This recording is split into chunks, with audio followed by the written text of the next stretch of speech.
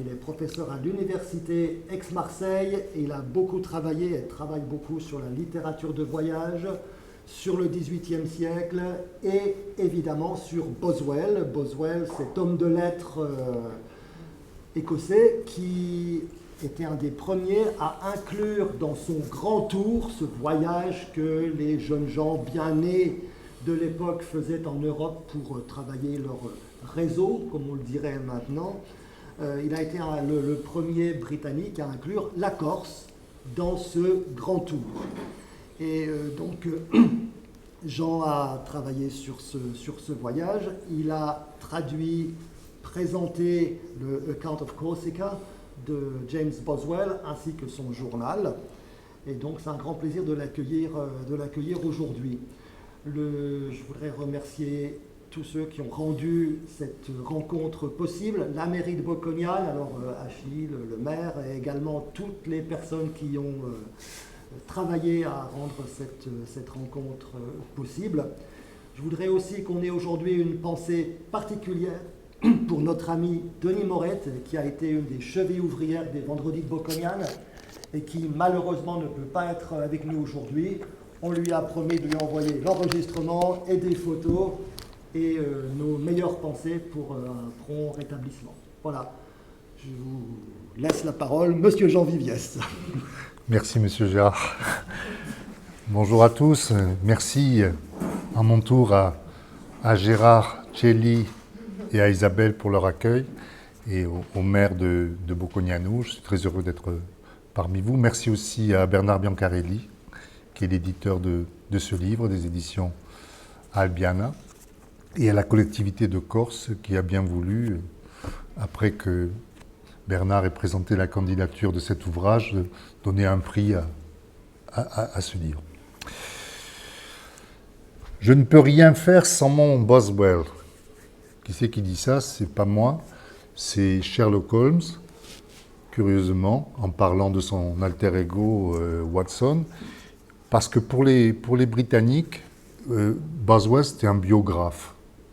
Mais pour les Corses, comme vient de le dire très bien Gérard, c'est le premier Britannique à avoir visité la Corse. Donc, quelques repères. Hein. Ce livre a paru en 1768. C'était le premier livre, en fait, de Boswell, qui, quand le livre a paru, avait 27 ans. Donc, c'était le 250e anniversaire, hein, il y a quelques années. Et quand il a voyagé en Corse, il avait 25 ans seulement. Alors il a fait, Gérard l'a dit aussi, il a fait ce qu'on appelait le grand tour. Bon, tout le monde ne le faisait pas, c'était les aristocrates, les jeunes aristocrates britanniques qui partaient, mais ils partaient pour longtemps en fait, hein, ils partaient pour plusieurs années. Boswell est parti presque 5 ans, d'abord aux Pays-Bas, en Hollande, ensuite à travers différentes cours allemandes. L'Allemagne n'existait pas en tant qu'État. Et ensuite, l'étape classique, c'était la France et l'Italie. Enfin, les différentes principautés italiennes. Là aussi, l'Italie, c'est un concept un peu anachronique. L'espace italien. Mais ça, c'était le grand tour traditionnel. Et Boswell, il a eu envie d'y ajouter une étape originale. Pourquoi ? Parce qu'il était avide de rencontrer des célébrités, des gens connus, des princes, des rois. Alors en Allemagne, il en a rencontré un certain nombre, hein, etc. Mais il voulait aussi rencontrer des hommes de lettres, des figures importantes. Il a rencontré les 2 figures françaises, ou en tout cas francophones, les plus importantes de son temps, qui étaient Voltaire, d'aller voir Voltaire, et Rousseau. Et Rousseau est important, je vais expliquer pourquoi tout à l'heure. Et donc, il n'est pas parti d'Angleterre en se disant « je vais aller en Corse ». En fait, il a eu l'idée plus tard. Il a eu l'idée quand il était en Suisse, chez Rousseau. Alors, en fait, cette formation, hein, du Grand Tour, c'était une formation intellectuelle, une formation culturelle. On allait voir les monuments, etc. On allait escalader le Vésuve, on visitait la Rome antique, etc. Mais aussi une éducation plus large, hein, on pourrait même dire une éducation sentimentale, hein, et sexuelle, et puis on peut en rentrer, on se marier. C'est ce qu'il a fait. Mais évidemment, ce n'est pas ça qui nous intéresse aujourd'hui. Est-ce que Boswell a considéré que cet épisode était important? Oui, il a toujours dit, hein, il a écrit à Rousseau que cette expérience a été essentielle pour lui. Ce voyage m'a fait un bien merveilleux. Je ne suis plus ce tendre inquiet, je suis homme. Et il a écrit la même chose à Paoli, une fois qu'il est rentré en Angleterre. Il a dit « J'étais monté sur un rocher en Corse et j'avais plongé dans mon existence ». Alors il faut expliquer un petit peu qui était ce Boswell, et puis ce grand tour, et puis les circonstances de ce voyage. Et ensuite, je parlerai un peu du livre et voir quel est l'intérêt de ce livre. Parce qu'après tout, s'il ne s'agit pas, et encore moins pour vous, de lire quelque chose qui va vous informer sur la Corse, mais plutôt voir comment la Corse pouvait être perçue dans la brève période où elle a été indépendante, puisqu'il est allé là, dans la période clé de la Corse paolienne. Il a rencontré Paoli, qui est devenu son ami, un ami réel, hein, parce que le mot ami, puisque Paoli est allé en exil en Angleterre, et sans doute le savez-vous, mais Paoli est enterré en Angleterre, et il y a son buste dans la cathédrale de Westminster, hein, enterré en 1807. Donc c'est une amitié, comme l'a dit sur les panneaux Bernard Biancarelli, sur le panneau qu'il a fait, une amitié de 30 ans, hein. Une amitié qui a duré entre un jeune homme et quelqu'un qui était déjà installé, qui était le général d'une nation. Alors Boswell était né en 1740. Son père aurait voulu qu'il soit magistrat. Son père n'était pas marrant, hein, le père Boswell. C'était un magistrat austère, etc. Ça ne lui plaisait pas trop, les frasques de son fils. Déjà à Londres, il n'est pas très content que ce grand tour s'éternise. Alors, dans un premier temps, Boswell a suivi les conseils de son père. Il a été à l'université d'Édimbourg pour se préparer, pour faire du droit. Mais ensuite, non, ça ne lui a plus suffi. Il a voulu rencontrer les grands de ce monde et se forger un destin personnel, qui est important aussi, et on ne s'en est pas rendu compte tout de suite au XVIIIe siècle, on s'en a aperçu au début du XXe siècle, c'est qu'il a tenu un journal, au sens propre du mot, c'est-à-dire tous les jours, il écrivait ce qu'il avait fait, qui avait rencontré, qui avait dîné, etc. Y compris d'ailleurs, une source intéressante pour les historiens, y compris ses petits désagréments médicaux, tout ce qui lui arrivait, etc. Évidemment, le journal de Corse qu'il a publié, les autres journaux n'ont été publiés que beaucoup plus tard, il nous intéresse particulièrement. Alors, ce grand tour, hein, il a rencontré Rousseau au bout d'un moment, après avoir un an en Hollande, l'Allemagne, etc. Alors pourquoi Rousseau? D'abord parce que c'était le grand philosophe, hein, de l'époque, hein, connu dans ce qu'on appelle les Lumières. Il avait publié juste au moment où Boswell l'a rencontré, un de ses livres principaux, qui est le Contrat social, qui contient une référence à la Corse, dont je vais parler.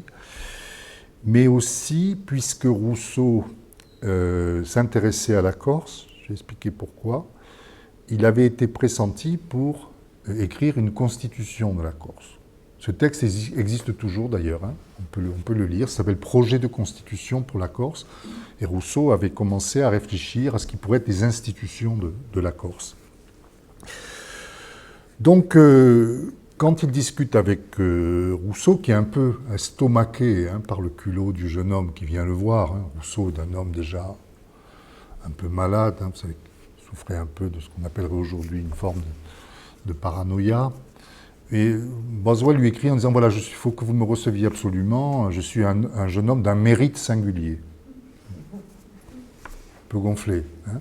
Mais bon, ça l'a intrigué, Rousseau, et pourquoi pas, quelqu'un vient le voir. Ils ont discuté, c'est là qu'en parlant de la Corse avec Rousseau, il s'est dit, après tout, je pourrais y aller, voir un peu. Au fond, c'est un peu un point chaud de l'Europe, hein.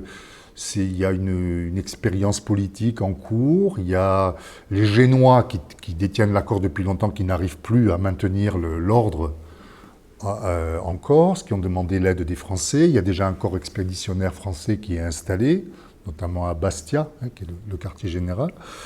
Et donc, voilà, une étape corse, ça va sortir de l'ordinaire. On en parlait plaisamment ce matin ou hier, je ne sais plus. Ça fait penser un peu, vous savez, à Bernard-Henri Lévy qui va en Afghanistan. Vous voyez, c'est le côté...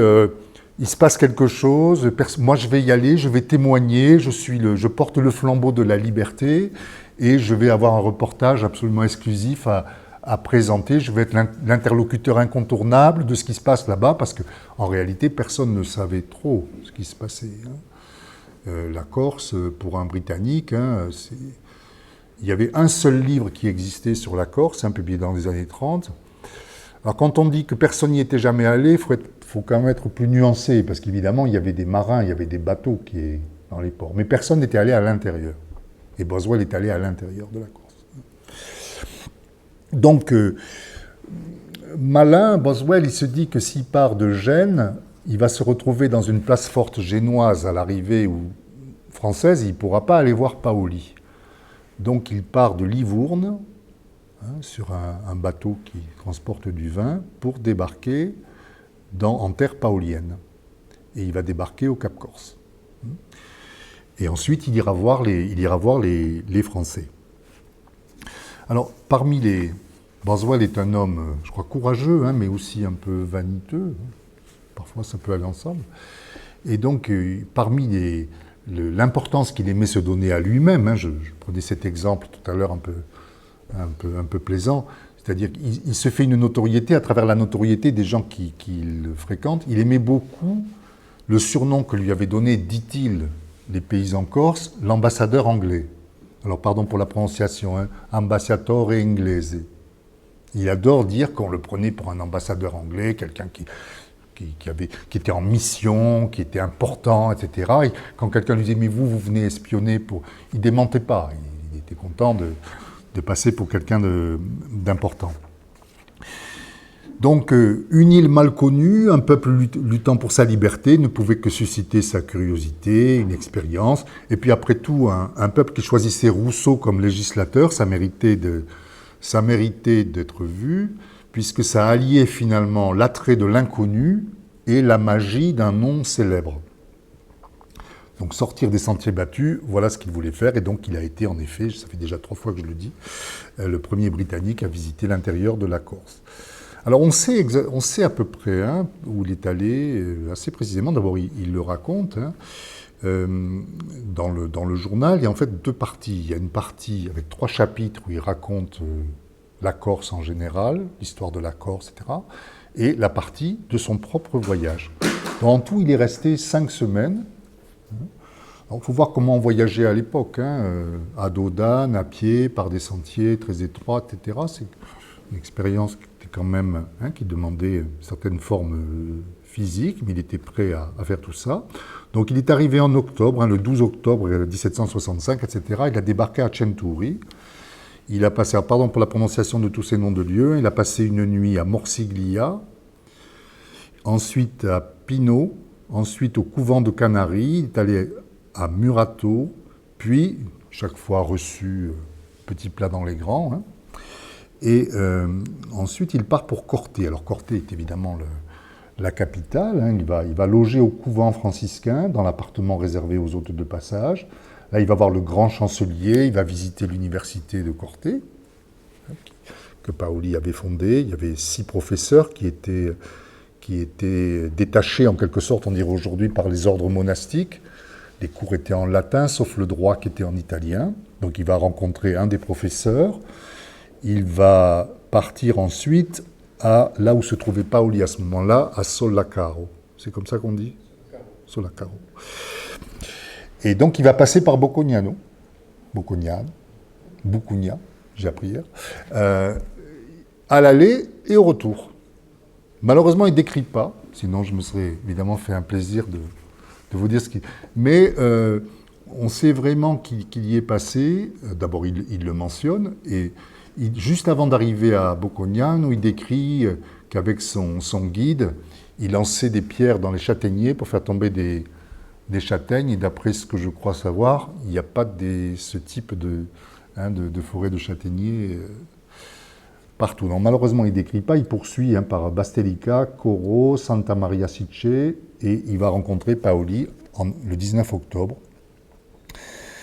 Alors Paoli va se méfier quand il va le voir arriver. Qui c'est celui-là, ce jeune Écossais qui n'est pas en mission. Et il va se demander s'il ne vient pas simplement espionner. Donc il va être très prudent. On le sait par d'autres témoignages, il va être très prudent. Mais assez vite, il va être en quelque sorte désarmé par le culot d'acier de ce jeune homme. il va être finalement intéressé par les questions que va lui poser Paoli, qui a quelques arrière-pensées aussi, hein, parce qu'il sait que quand Boswell va rentrer, il va raconter. Mais on ne peut pas réduire l'accueil de Paoli à une sorte d'attitude un peu cynique en disant je vais me servir de lui. En fait, non, ils vont échanger, mais en même temps, Paoli va être intéressé par le fait que Boswell va faire sa pub en Angleterre. Je vais vous expliquer comment hein, dans un instant. Il va vraiment faire le maximum. Hein. C'est pour ça que je prenais l'exemple, vous voyez, d'un intellectuel français qui va dans un pays et puis qu'ensuite il fait des meetings, des conférences de presse pour essayer de recueillir des fonds, etc. C'est ce que fera Boswell, mais en attendant, il va discuter avec Paoli. Il va repartir le 29 octobre. Donc en fait, il va rester une grosse semaine, on va dire. Mais comme il est astucieux, dans la façon dont il va raconter, il va donner l'impression qu'il est resté longtemps. Paoli me disait souvent, un jour Paoli me dit ceci. Donc si on ne fait pas attention aux repères chronologiques, on a l'impression qu'il est resté des mois. En fait, non. Hein. Mais Paoli lui a consacré beaucoup de temps. Ensuite, il va repartir, il va repasser par Boccagnano, il va remonter Corte, il va aller à Bastia. Et il est très malade d'ailleurs. Hein. Il dit qu'il a pris froid à Solacaro.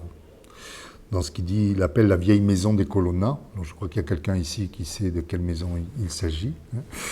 Et il a ce qu'on appelle une fièvre tierce. Pourquoi tierce? Parce qu'on est malade 2 jours, il y a 1 jour de rémission. Et il va être soigné par le médecin de l'armée du roi à Bastia, M. de la Chapelle, qui va le soigner avec de l'écorce de quinquina. C'est comme ça qu'on soignait la fièvre tierce, qui est une sorte de malaria en fait. Donc il va être vraiment bien malade. Et ensuite, il va rentrer par l'Italie, il va revenir à Londres. Alors, Paoli, je l'ai dit, espérait une popularisation de sa cause en Angleterre. Il espérait, Paoli, que l'Angleterre prenne une position dans le conflit entre les Corses et les Génois et contre la France, qui était le grand rival. Donc, ça fait penser un peu à ces positionnements de petits territoires, hein, comme par exemple l'Irlande par rapport à l'Angleterre, où on préfère un maître lointain à un maître proche. Donc la vieille alliance entre les Écossais et les Français contre l'Angleterre, ou entre l'Irlande à certaines époques et les Français contre l'Angleterre, on préfère un maître anglais lointain qu'un maître français qui est déjà là d'ailleurs avec ses armées, hein, les armées du roi. Jusqu'à la fameuse bataille hein, de Ponte Novo qui verra la défaite des troupes paoliennes. Mais il s'est pris, malgré cette arrière-pensée politique bien compréhensible, il s'est pris d'une amitié sincère qui ne va pas se démentir, puisque quand Paoli va partir en exil à Londres, ils vont se fréquenter, Paoli va être témoin de son mariage, etc. Ils vont beaucoup se voir. Paoli mourra à 82 ans en 1807. En Angleterre, il est enterré modestement, il a été enseveli à l'église de Saint-Pancras, mais il y a son buste hein, à Westminster. Voilà, l'ambassadeur anglais. Alors, Boswell aime parader, hein, on lui a fait faire un costume, il parade en arrivant, il est enchanté, il a l'impression là qu'il a marqué un point, hein, qu'il a visité quelque chose. Évidemment, quand il va rentrer en Angleterre, personne ne connaît la Corse, il va à la fois expliquer la situation politique, mais aussi expliquer les mœurs, hein, qu'est-ce qu'on mange, comment c'est la Corse, etc. Ça intéresse, et comme il est lui-même son propre attaché de presse, il va écrire des articles dans les journaux. On dit que M. Boswell, il mélange des faits réels et puis des inventions. Et d'ailleurs, l'université de Yale a un dossier, hein, c'est à l'université de Yale aux États-Unis qu'il y a toutes les archives de Boswell. Il y a un dossier où il a soigneusement répertorié lui-même fact et invention, ce qui est vrai et ce qui n'est pas vrai. Mais c'est un publiciste avant l'heure. Hein. On dit que M. Boswell aurait été vu, etc. Bon. Et quand il est arrivé en Italie, avant de revenir à Londres, les Génois l'ont interrogé, et il ne démentait pas, hein, il était en mission. Alors, quels sont les enjeux de cette publication? Il va écrire ce livre. On le surnomme Corsica Boswell hein, en Angleterre, Boswell de la Corse, ça devient son identité à ce moment-là. Il se déguise lors d'un festival en costume corse, etc. Quels sont les enjeux de cet ouvrage, finalement? Parce que ça pourrait être simplement, voilà, mes impressions de Corse et pourquoi on en parlerait en 2021. Mais il y a des enjeux de différentes natures, des enjeux politiques, des enjeux internationaux, on dirait aujourd'hui géostratégiques ou géopolitiques, et puis des enjeux philosophiques, voire littéraires. Je vais dire un mot brièvement de chacune de ces aspects. Dans son livre, Boswell prend soin de présenter Paoli comme un législateur. Il met même des documents de la nation corse, de l'État corse. Il y a 6 textes officiels qui sont joints, qui figurent dans l'ouvrage original, avec une carte que vous voyez là. On présentait la Corse dans ce sens-là. Rousseau joue un rôle dans ce phénomène parce qu'il est l'un des artisans de cette gloire. Il a écrit quelques lignes dans le contrat social, et l'idée qu'il envisage de rédiger une constitution connaît un grand retentissement dans l'Europe, qui est celle des Lumières. Et donc, ce qui se passe au moment de la publication du livre de Boswell, c'est ce que certains sociologues appelleraient le retournement ou le renversement du stigmate. C'est-à-dire que la pauvreté devient un signe de vertu, l'arriération supposée devient un signe d'une nation prometteuse, et donc leur dénuement, la pauvreté des corps, n'est plus le signe de leur retard, mais la marque de leur vertu. Et ça rejoint évidemment la façon de réfléchir de Rousseau, qui considère que les nations les plus avancées, les monarchies comme la France ou l'Angleterre, sont en fait déjà décadentes par leur corruption, et que justement le laboratoire des Lumières, ça peut être une île qui a été préservée de la corruption, une île encore rurale, presque primitive, etc. Et donc, renversement de l'image négative en image positive, sans tordre les faits. Les mêmes faits, au lieu de signifier quelque chose, signifient leur contraire. Ce sont comme des Spartiates des temps modernes. Et donc là, tout n'est pas perdu. En Corse, on peut faire une société démocratique. Ailleurs, c'est perdu. Les monarchies absolues, comme la France, etc., c'est perdu, pour Rousseau. Bon, il y a également l'aspect que j'ai appelé géostratégique. Ce que voudrait Paoli, qui sait quelles sont ses forces, il a face à lui les Génois, mais maintenant les Français, avec un corps expéditionnaire important, etc., de l'artillerie, des troupes régulières, professionnelles, etc., chevronnées.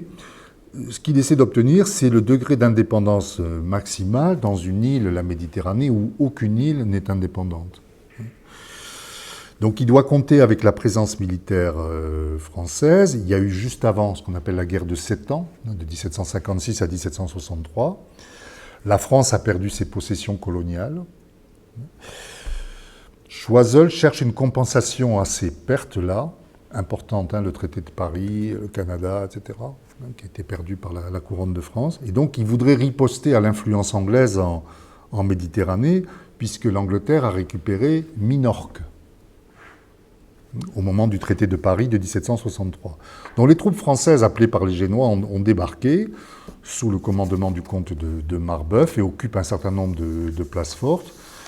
Les Génois se résignent à cette occupation puisque leurs propres revers militaires ne leur permettent pas de rétablir l'ordre ou d'assurer l'ordre. Et donc Boswell se trouve en Corse octobre-novembre 1765. À ce moment précis, on ne sait pas trop comment les choses vont tourner. Est-ce que les Français vont vraiment...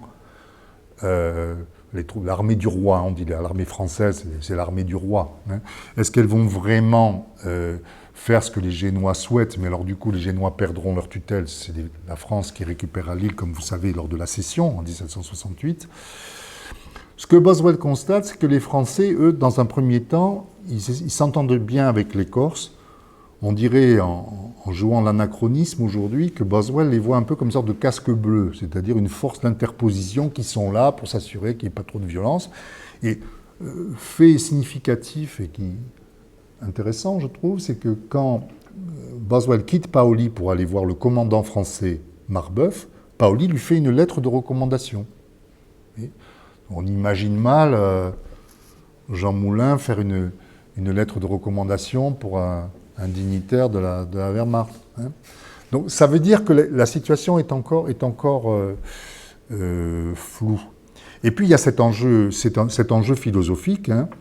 Je vais vous citer ce que dit Rousseau, peut-être connaissez-vous ces phrases. du contrat social, donc en 1764, il écrit ceci: « Il est encore en Europe un pays capable de législation. » Il est encore en Europe un pays capable de législation, c'est l'île de Corse. La valeur et la constance avec laquelle ce brave peuple, brave au sens de courageux, ce brave peuple a su recouvrer et défendre sa liberté, mériterait bien que quelque homme sage lui apprit à la conserver. J'ai quelques pressentiments qu'un jour cette petite île étonnera l'Europe.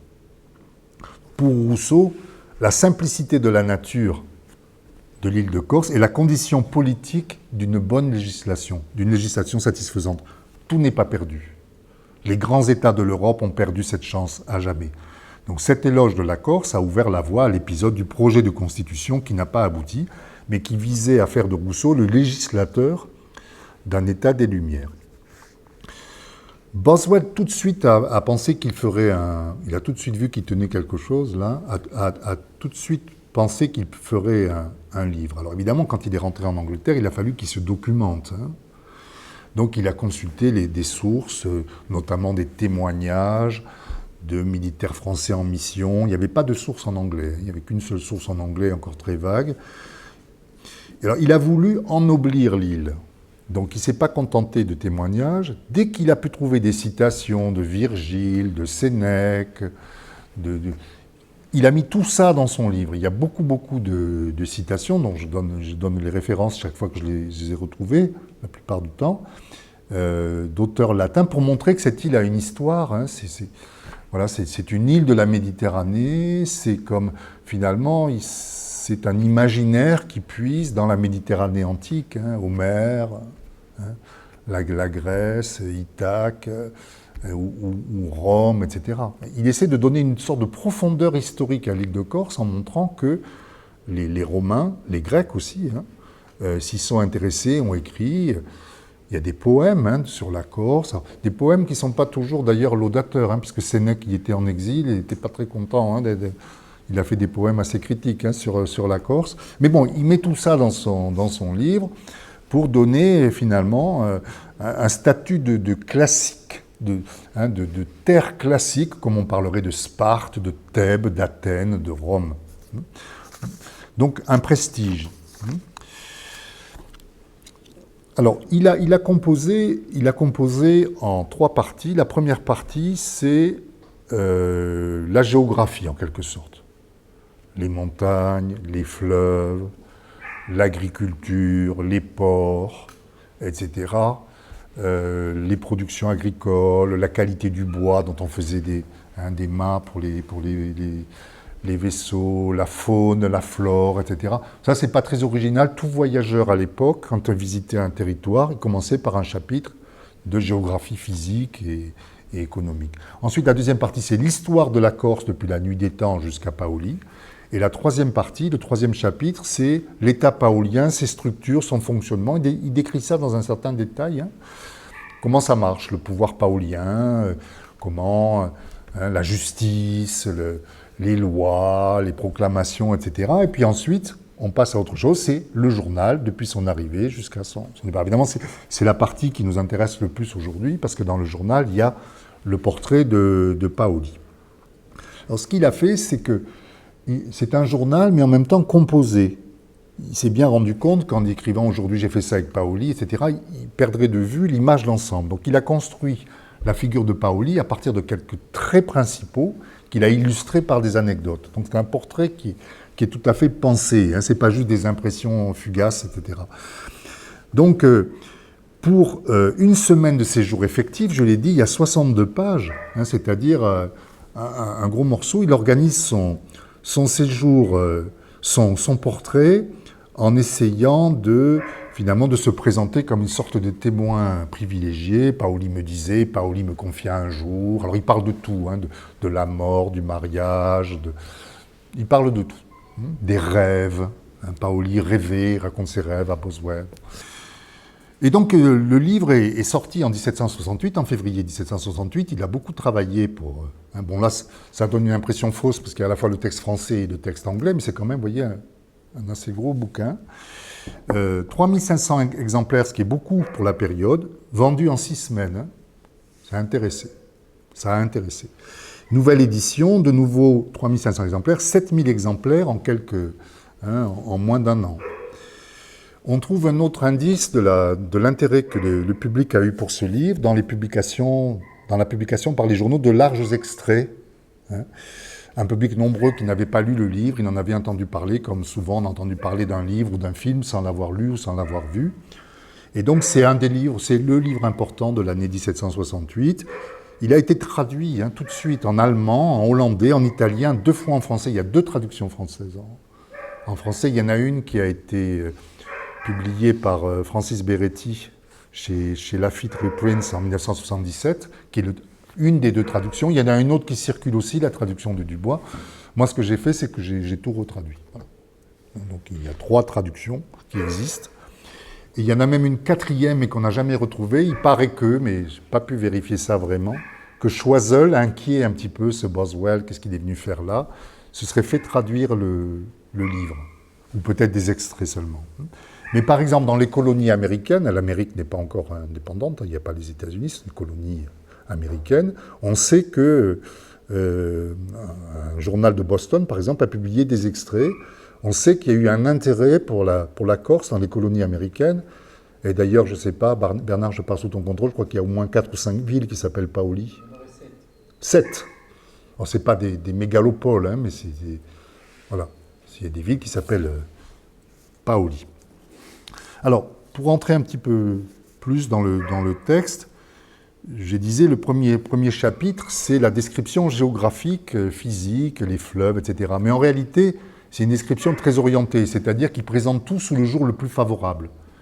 Donc c'est merveilleux, il y a des châtaignes, il y a du miel incomparable, du vin, tout est présenté. Dès qu'il peut présenter quelque chose sous un jour favorable, il fait, en fait c'est un éloge de la Corse, puisqu'un état de la Corse, c'est en partie un éloge de la Corse.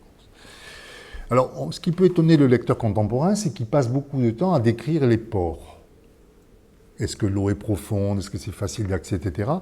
Pourquoi il a fait ça? Parce que lui-même n'est pas du tout un stratège militaire, ou un homme parfaitement pacifique qui se destine à une carrière littéraire. C'est parce qu'il a rencontré, il était alors pas au pouvoir, celui qui deviendra Premier ministre, qui s'appelle Pitt.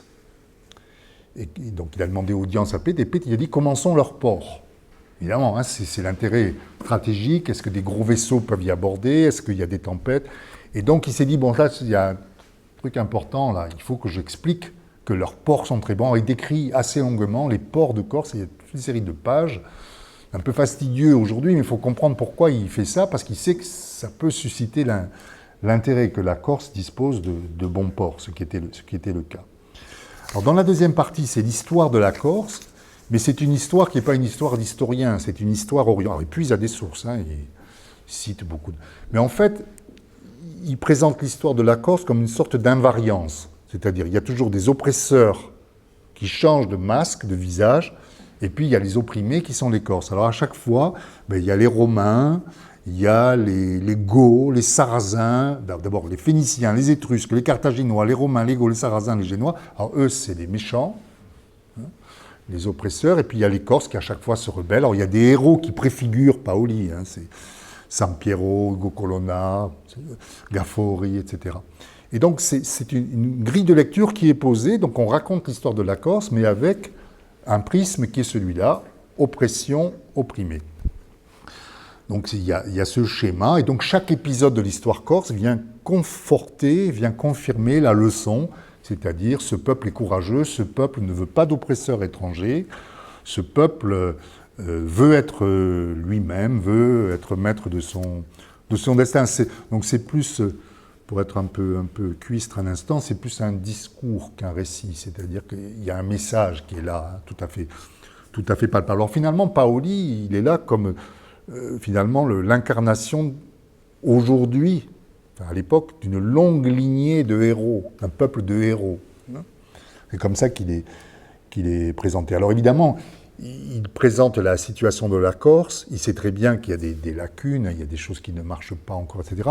Mais il a soin de dire, n'est pas encore complètement ceci, ou n'est pas encore, c'est encore très imparfait, les manufactures de Corse sont encore rudimentaires. Ça veut dire encore, mais si Paoli reste aux commandes, on va vers un schéma d'amélioration progressive, etc.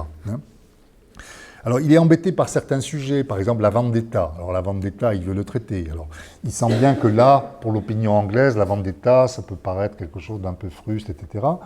Alors, il va dire, oui, Paoli veut la supprimer, il a raison, mais en même temps, ce qu'on voit dans la vendetta, c'est que les Corses, ils ont le sens de l'honneur, on ne plaisante pas avec l'honneur, et donc il essaie de le retourner en même temps en vertu. Voilà, alors, il y a assez peu de notation sur le paysage qui peut surprendre, pas grand-chose sur la mer, pas grand-chose sur la montagne, mais c'est pas étonnant parce que dans le récit de voyage anglais, français aussi sans doute, et surtout anglais, le voyageur s'interdit un petit peu la subjectivité, il ne va pas dire la mer est belle, j'ai coucher de soleil romantique, ça viendra après ça. La mer, c'est un espace de passage. Un voyage inconfortable, c'est un espace de passage dangereux, il y a des barbaresques, on peut couler aussi, on est malade, c'était son cas, il a été malade. Et la montagne, mais pareil, c'est un espace dangereux qu'on ne maîtrise pas, ça viendra après, ça, avec les romantiques, on va décrire le Mont Blanc, dans la poésie anglaise, etc. Personne ne pense dans les années 1750-60 qu'on peut faire quelque chose d'esthétique à partir de la montagne ou de la mer. Curieusement, en peinture, c'est venu un peu avant. Peinture, les scansions ne sont pas tout à fait les mêmes, un peu avant. Voilà, alors donc, si on regarde un peu le message idéologique de Boswell, on voit qu'en fait, il veut plaider pour. Il veut faire l'éloge d'eux. Alors les Corses, ils ont toutes les vertus. Ils ont toutes les vertus. Ils ont les vertus primitives, de gens préservés de la corruption, etc. Mais ils ont aussi les vertus antiques. C'est comme des guerriers qui seraient dans des pages d'Homère. On les présente comme la mythologie romaine présente un personnage qui s'appelle Cincinnatus, c'est-à-dire que c'est quelqu'un qui se bat, puis après il retourne à la charrue comme un simple agriculteur, etc. Donc les guerriers corses, ils se battent, non pas parce qu'ils aiment la guerre, mais ils se battent pour défendre leur île, mais dès que c'est fini, ils retournent à l'agriculture. Mais en même temps, c'est là où le message est complexe, Boswell, il est fasciné aussi par le luxe, par l'apparat, etc. Et donc, quand il est invité chez Barbaggi, le repas en son honneur est somptueux, et il se régale de dire, il y avait 12 plats, on a mangé dans de la porcelaine de Saxe. Donc, son message n'est pas toujours complètement cohérent d'un point de vue idéologique et intellectuel. En fait, les Corses, ils ont toutes les vertus de la modernité et les vertus de l'Antiquité, les vertus de la simplicité, mais les vertus du... Voilà, ils ont tout bon, il coche toutes les bonnes cases, et donc il faut absolument les aider. C'est ce qu'il va faire à son retour. Il va donc essayer de lever des fonds, même de l'artillerie, il va envoyer, puis il va réunir des essais aussi, des essais en faveur qu'il appelle de brave Corsicans, les Corses courageux. Il va vraiment se défoncer pour que l'Angleterre change sa position, sorte de sa neutralité, dont elle ne sortira pas, sauf beaucoup plus tard après la Révolution, comme vous savez, au moment de l'éphémère royaume anglo-corse, dans les années 1796. Donc voilà le texte de Boswell, cet éloge de la Corse, ce portrait assez fin de Paoli, qui le montre finalement comme une incarnation de son peuple, une extension par une sorte de statue admirable d'un peuple entier. Paoli, en fait, c'est la Corse. Il en est l'emblème, il en est le représentant, il en est la figure de proue. Donc, Rousseau, oui, mais Boswell n'est pas un intellectuel politique, c'est pas un historien des idées, c'est un avocat. C'est d'ailleurs, il ne voulait pas suivre ce que son père voulait qu'il fasse, c'est-à-dire devenir avocat. Mais au lieu d'être un avocat de petits voleurs, etc., finalement, il a été l'avocat d'un peuple. Il est quand même été avocat. Parfois, on croit ne pas suivre les plans paternels, et en fait, on les suit. Et on s'en rend compte plus tard. On croit qu'on s'en est détaché, mais on y est revenu. Bon. Littérairement, que vaut ce texte? Il vaut évidemment par l'émotion du personnage, son engagement personnel dans ce portrait, dans cet enthousiasme qu'il a. Paoli, lui aussi, il a toutes les vertus. Boswell nous dit qu'il parle anglais, ce qui n'est pas tout à fait exact. Lui, il lit Swift, il est au courant de l'actualité. Hein, et il emploie même, c'est un argument qu'on emploie parfois, vous savez, ce proverbe, nul n'est un héros pour son valet de chambre. Parce que le valet de chambre, il voit les petites faiblesses, on s'habille, on se déshabille, on va aux toilettes, etc. Donc pour le valet de chambre, il n'y a pas de héros. Lui, il dit ici, même pour le valet de chambre, parce qu'un jour, il dit, je suis rentré par hasard dans sa chambre à l'improviste, mais à chaque instant, c'est un homme admirable, un héros de chaque instant, un grand homme.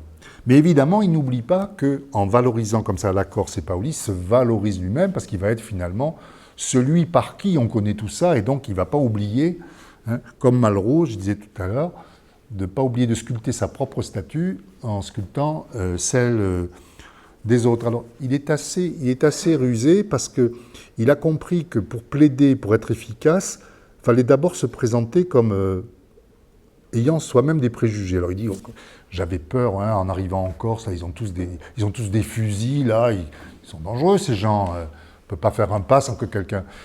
Mais l'habileté de son propos, c'est de se présenter comme porteur des préjugés, de dire, voilà, la réalité infirme le préjugé. Et je me suis rendu compte, mais non, pas du tout, ils sont très pacifiques, j'avais tort d'avoir peur, j'avais tous ces stéréotypes, etc. Donc il présente aussi son texte comme un cheminement vers la vérité, où on va peu à peu se délester des préjugés qu'on a amenés, des barbares, des sauvages, ils ne sont pas civilisés, ces gens, etc. Au fond, pour le voyageur, les bagages les plus lourds sont dans la tête. Les bagages les plus lourds que l'on a, c'est ceux qu'on a dans la tête. Et il va bien montrer ça progressivement. Voilà, j'ai appris que... Voilà. Et puis, on le voit aussi... on voit aussi sa jubilation, parce que si on lui prête un pouvoir imaginaire, si on pense qu'il pourrait être un envoyé, un agent secret, un ambassadeur, etc., quand on imagine quelque chose, pendant quelques brefs instants, on le vit quand même. Donc imaginairement, il est cet ambassadeur anglais, imaginairement, il monte le cheval de Paoli, il est Paoli, il éprouve cette ivresse de jouer des rôles. Donc, je crois qu'il est temps que je conclue. Donc, je vais conclure en disant que l'épisode corse dans la vie de Boswell est d'une importance indéniable. Ça a été un succès de librairie, ça a été le début de sa carrière. Ses deux grands autres livres sont un journal de voyage en Écosse, qui était son pays d'origine, et aussi une grande biographie, milliers de pages à peu près, de son ami, qui est un homme de lettres célèbre du XVIIIe siècle anglais, qui s'appelle Samuel Johnson. Bon, on voit quand même que le texte a gardé, alors aujourd'hui évidemment, les historiens le consultent toujours comme source. Pendant un siècle en anglais, ça a été l'ouvrage de référence. Les historiens anglais des années 1860, 1870, c'est Boswell, la source sur la Corse. On voit aussi que dans l'encyclopédie, celle de Diderot, l'article corse, c'est un résumé du livre de Boswell. J'ai écrit un petit article comme ça là-dessus à l'époque. Je me suis aperçu que l'article corse, c'est vraiment le résumé. C'est la source numéro 1 et presque unique. Donc cet homme qu'on a souvent présenté comme un second rôle, un courtisan, vous voyez le Dr Watson de Sherlock Holmes, que je disais au début, en fait, il voulait jouer les premiers rôles, et dans l'affaire corse, il l'a fait. Il fait penser un peu à un héros de roman qui, à travers l'expérience du voyage, de la route, etc., il y a beaucoup de romans qui sont construits sur ce modèle, il trouve son identité sociale, son identité humaine, il se réconcilie avec lui-même, il sait qui il est, mais avant d'y parvenir, il fallait traverser l'histoire, et l'histoire, c'était celle de la Corse. Voilà, je vous remercie.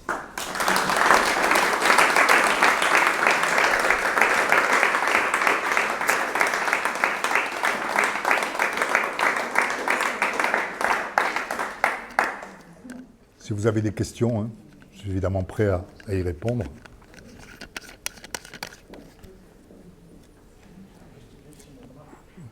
Pour finir sur l'histoire du roman, il signe souvent ses papiers Signor Romanzo, comme c'est oui. écrit. Donc il est vraiment lui-même un personnage de roman. Oui. Il est dans la construction de son propre mythe et dans la fiction de lui-même, puisqu'il invente des épisodes qu'il envoie aux journaux qui sont tout à fait fictifs. Oui, tout à fait. Rien n'est faux dans ce qu'il dit dans le livre. Après, il y a des inventions, mais en fait, il a inventé la com, quoi. Il a fait le buzz sur son livre. Donc là, il a inventé, mais bon, ça ne mange pas de pain. Il dit on a aperçu M. Boswell arriver à Paris avec un rendez-vous important. Bon, mais le livre, il y a une base factuelle qui est d'abord un gros travail de documentation. Et il n'y a pas d'invention dans le livre. Hein. C'est vraiment. Alors après, c'est la com, c'est-à-dire qu'il le présente sous le jour. C'est une démonstration. Il veut démontrer. Donc évidemment, il minore. Pas la junte militaire, une justice expéditive, le combat contre la vendetta à Giustizia Paolina, quand même. Oui, mais des critiques aussi du pouvoir judiciaire, non, qui me semble à l'époque est détenu et qui n'est pas du tout de l'esprit des lois de Montesquieu. Donc il n'y a pas d'esprit critique de la part de Boswell. Il minore ce qui pourrait être perçu comme des points faibles et il majore les atouts.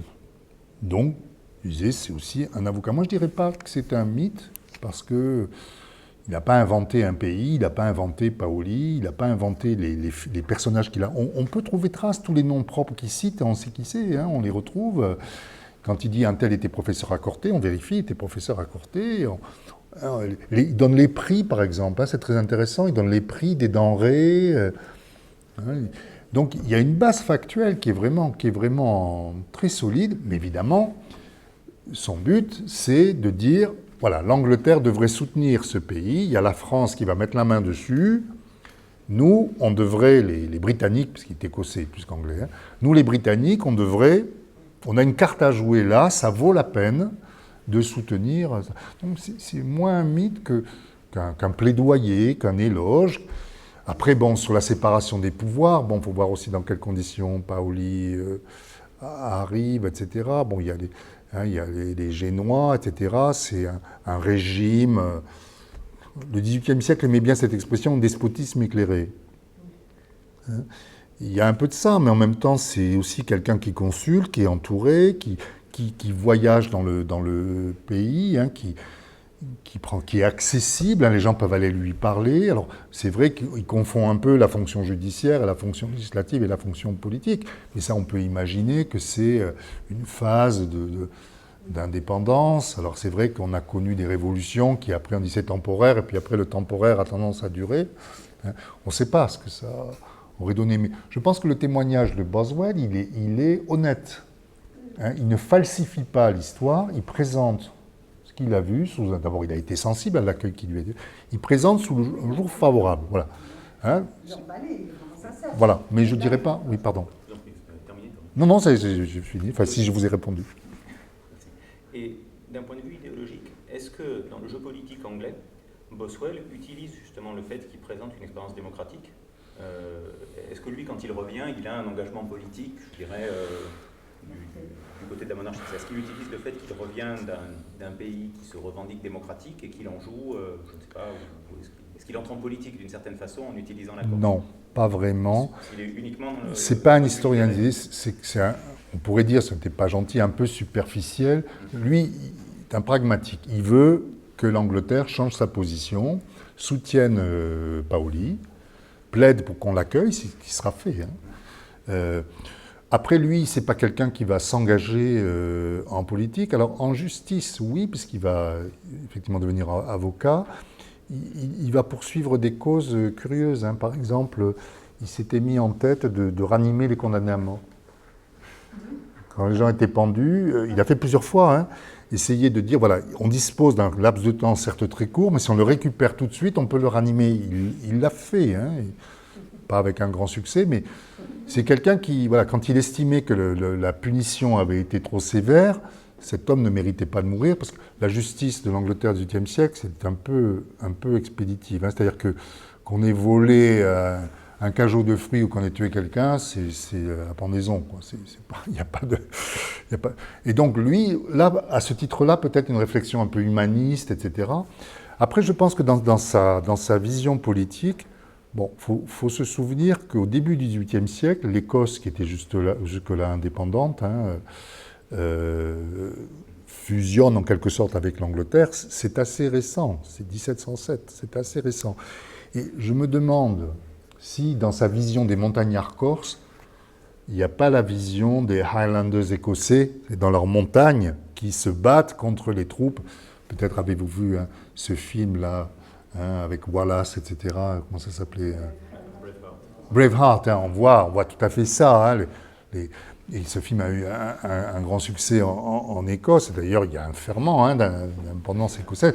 Les Anglais, c'est le roi sans scrupule. Et sûrement, chez Boswell, il y avait un sentiment d'un Écossais qui a perdu finalement une indépendance. C'est un Écossais aussi. Un peu en miroir. Oui, voilà, je pense qu'il y a une superposition de plusieurs... mais c'est pas Montesquieu, c'est pas Tocqueville, c'est pas un penseur politique. Et c'est intéressant parce que, alors un autre Écossais, Sir Eliot, qui va être Oui, vice-roi de Corse, tout à fait. lui, il va faire le comparatif aussi avec les Highlands. Oui, Il oui. semble avoir vu que... Oui, c'est ça. Dans sa correspondance, Tout à fait. il dit, plus il arrive à Bastilica, ou, enfin, il dit, ça ressemble à chez moi. Enfin. Et est-ce que ça a joué d'ailleurs, par exemple, au moment du royaume anglo-corse, ou plus tard avec Napoléon, est-ce que la vision de la Corse a été, enfin, vous l'avez dit, vous avez déjà répondu en partie à cette question, mais est-ce que par exemple quand le royaume anglo-corse se constitue, donc les Anglais sont influencés par cette vision cette lecture de Boswell qu'ils vont avoir quand ils arrivent en Corse? Je pense qu'à ce moment-là, c'est plutôt l'intérêt géostratégique, hein, c'est la pagaille en France, la révolution, on peut s'installer là. Mais Boswell, il a essayé, parce qu'il était plus tout jeune à l'époque, hein, mais il a écrit au Premier ministre pour dire « moi, je veux bien aller, voilà hein, », mais on n'a pas retenu ça. Je pense qu'il n'était pas perçu comme un gouvernant potentiel. Non, il était perçu comme un intellectuel, enthousiaste, une sorte de partisan, mais je pense qu'on ne lui aurait pas confié les clés du royaume anglo-corse. Hein.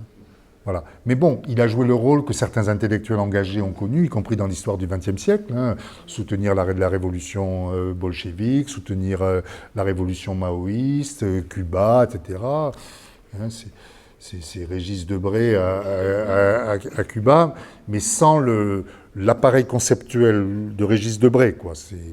Mais il y a un enthousiasme, il y a corps et âme, parce que c'est encore une fois, il ne faut pas minimiser l'exploit physique que ça représente. Hein. Traverser quand même la Méditerranée sur un petit bateau toscan, arriver là-bas, il aurait pu être tué finalement. Hein. Quelqu'un aurait pu dire qui c'est celui-là.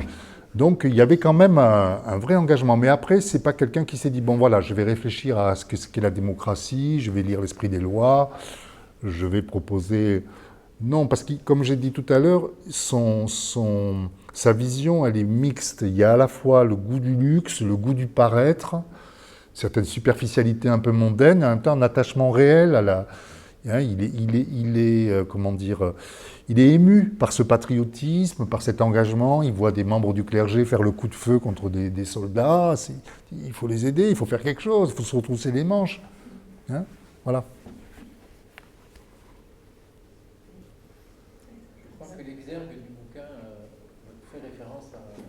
À l'Écosse, tout à fait. Il a choisi ça, oui. Après, c'est cette question de l'identité qui est complexe pour les Écossais hein, du XVIIIe, même du XIXe siècle, etc.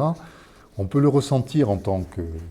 Bon, moi, je ne suis pas corse, hein, comme vous le savez. En tant que Français, on a plusieurs identités. On peut se sentir bourguignon, français, européen et citoyen du monde. On peut, selon les sujets, on peut se sentir européen ou au contraire habitant de telle ville, voire de tel quartier, ou français ou blanc. L'identité, en fait, on dit toujours l'identité, mais on en a tous plusieurs. Et donc Boswell, un peu comme Walter Scott, hein, dans ses romans, il est à la fois conscient que la modernité passe par la Grande-Bretagne, le Royaume-Uni, mais en même temps, il y a la nostalgie. Chez les Français, il y a la nostalgie de la France sans l'Europe, et puis l'acceptation de l'idée que l'Europe permet peut-être d'affronter certains problèmes qui sont que la France seule ne peut pas affronter la mondialisation. Mais on peut avoir une acceptation rationnelle d'une identité et une nostalgie d'une identité précédente, une identité nationale, régionale, etc. Donc c'est pas parce qu'on accepte un nouveau schéma politique qu'on n'a pas quand même émotionnellement une identité originelle qui subsiste. Je pense qu'on a plusieurs identités, c'est son cas, il est britannique, hein, il veut vivre à Londres, etc., mais il est aussi écossais, et puis il est aussi corsophile. Si vous dites à un Écossais, vous êtes anglais, il dit non, je suis écossais. Oui, moi, ça m'est arrivé. Oui. Quand on disait à Samuel Beckett, est-ce que vous êtes anglais? C'est une journaliste qui interrogeait, notamment quand il disait au contraire. était irlandais. Il disait pas non, il dit au contraire.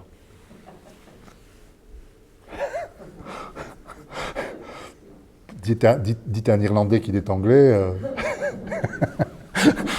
Bien, à certains Écossais d'aujourd'hui, il ne faut pas dire... Parce qu'on dit les Anglais au sens générique. Nous, les Français, on dit les Anglais. Mais en fait, c'est les Britanniques, souvent, qu'on veut dire. Voilà. Il y a aussi des Anglais. Dans certains sports, il y a l'équipe d'Angleterre, l'équipe d'Écosse, l'équipe du Pays de Galles. Mais les Anglais, pour les Français, c'est un terme un peu général qui renvoie aux Britanniques. Sauf que ça dépend à qui on le dit. Bon, Boswell, c'est un Écossais. D'ailleurs, il fait exprès dans son orthographe, si on regarde l'édition, de garder certains suffixes un peu anciens. Il écrit, au lieu d'écrire IC, il écrit ICK, qu'on écrivait. Il résiste un peu à l'anglicisation. Il y a quelques scotticismes imaginaires. Les Écossais indépendants des Highlands, ceux qui, avec Wallace, ont battu à plat de couture les troupes du roi d'Angleterre. Et lui, d'ailleurs, il parle italien, donc. Comment il se fait comprendre quand il est... Oui, voilà. Alors avec certains Corses qui avaient été en contact avec des marins britanniques qui parlent un peu anglais, il a quelques mots d'italien parce qu'il a passé quand même plusieurs mois en Italie. Puis il apprend vite, les expressions, etc.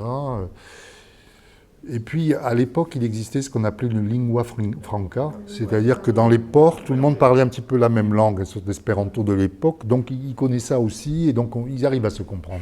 C'est pas forcément des discussions très élaborées, mais il arrive à se comprendre. Alors, il cite Paoli en italien, c'est d'ailleurs intéressant, il note, il le note en italien, il note en français aussi. Et Paoli connaissait un petit peu d'anglais, puisque dans sa bibliothèque, il avait quelques livres en anglais, notamment Les Voyages de Gulliver, je crois. Et Boswell lui a envoyé des livres après, des livres en anglais. Oui. Est-ce qu'on connaît la réaction? Je suppose que Paoli a lu le livre. Ah oui, tu es très content. Comment a-t-il réagi? Il lui a fait une lettre, d'ailleurs il a cité. Ah non, il était... très content. Alors, parfois, sous la plume, certains historiens disent Paoli, en fait, s'est servi de Boswell. Non, je pense qu'il vraiment, le courant est passé entre eux. Ils se sont appréciés l'un l'autre, l'un servant un petit peu de figure paternelle à l'autre. Un jeune homme de 25 ans, un homme plus âgé. Et il était un peu, j'ai dit tout à l'heure que son père était un personnage assez peu cordial. Il s'est cherché un peu des pères de substitution. On va voir Voltaire, on va voir Rousseau, on va voir... Il avait besoin un peu d'un mentor, et peut-être que Paoli était content aussi de cette relation, puisqu'ils sont restés très liés.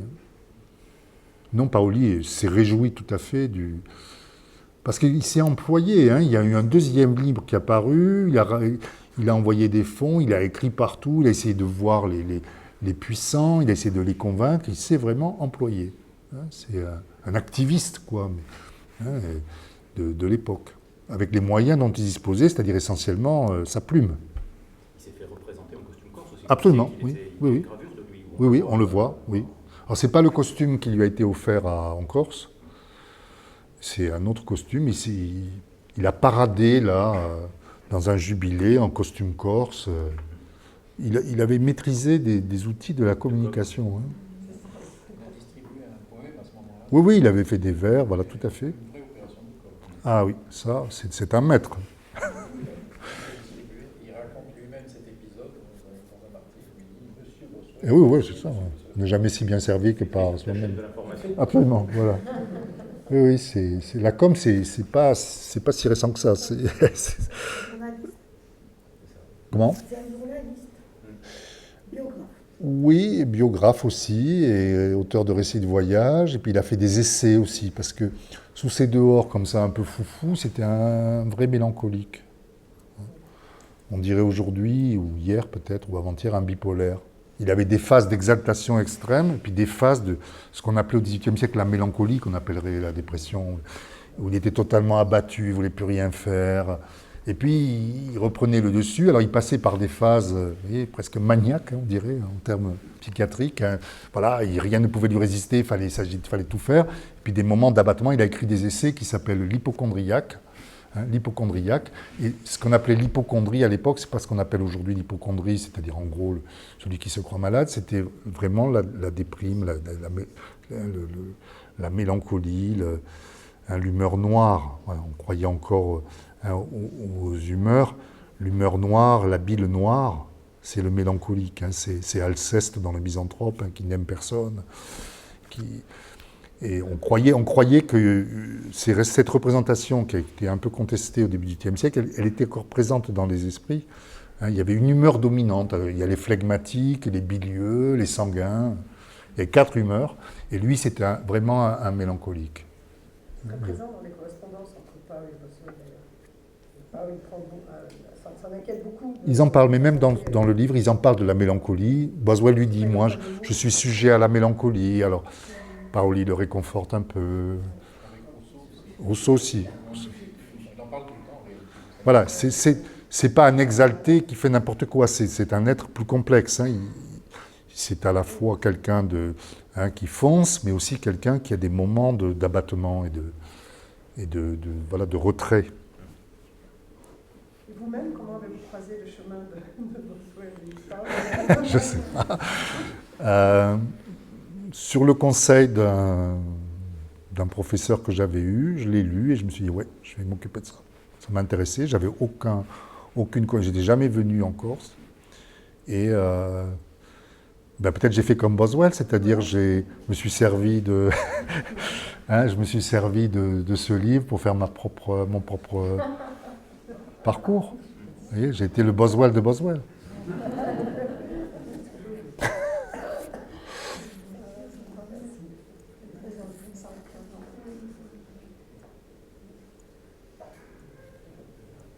Bien, écoutez, je vous remercie pour votre attention.